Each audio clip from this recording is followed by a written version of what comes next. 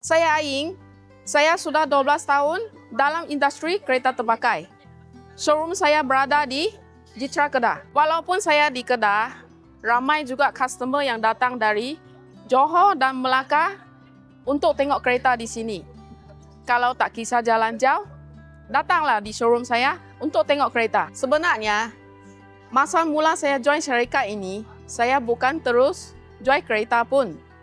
Syarikat ini ditubuh pada tahun 2012. Masa awal-awal dulu, showroom kami ini bukan besar sebegini pun.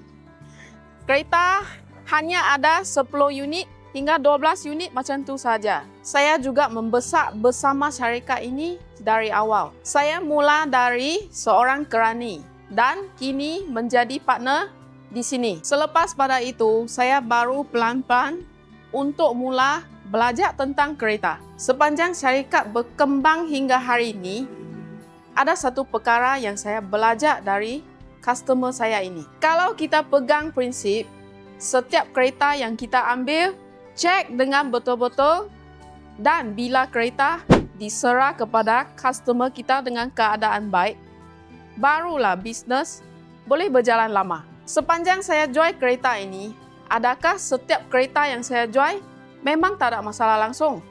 Sebenarnya, tidak pun. Pernah ada juga customer saya ini dari Gopeng Perak.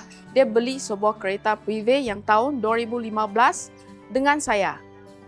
Masa kereta tu berada di showroom saya dengan keadaan yang baik. Dan saya siap periksa berapa kali lagi kerana saya risau juga perjalanan dia yang nak balik itu agak jauh. Tetapi berlakulah benda ini selepas 3 hari dia ambil kereta. Kereta itu bocor minyak enjin di bawah lantai rumah dia yang agak banyak. Selepas saya tanya foreman mengisytiharkan agak-agak flywheel OCU yang rosak.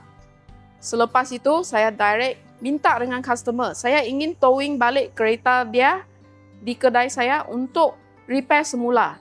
Tetapi customer enggan kerana dia berasa jauh sangat. So lastly, customer pun hantar ke bengkel yang terdekat di Perak sana. Saya bayarlah kos repair, upah yang perlu saya tanggung ini. Sebab bagi saya, setiap kereta yang dijual dalam waktu seminggu ini, jika berlaku apa-apa kerosakan yang kritikal, tanggungjawab itu memang saya perlu ambil. Bagi saya, prinsip jual kereta ini sebenarnya sangat simple. Saya bukan kerja jual secepat mungkin. Yang lebih penting bagi saya ialah customer beli kereta dan boleh pakai lama. Bukan beli kereta, lepas tu asyik masuk workshop. Kalau anda baru mula kerja dan ingin cari sebuah kereta terpakai yang kondisi bagus, bolehlah datang Kedah cari Aing.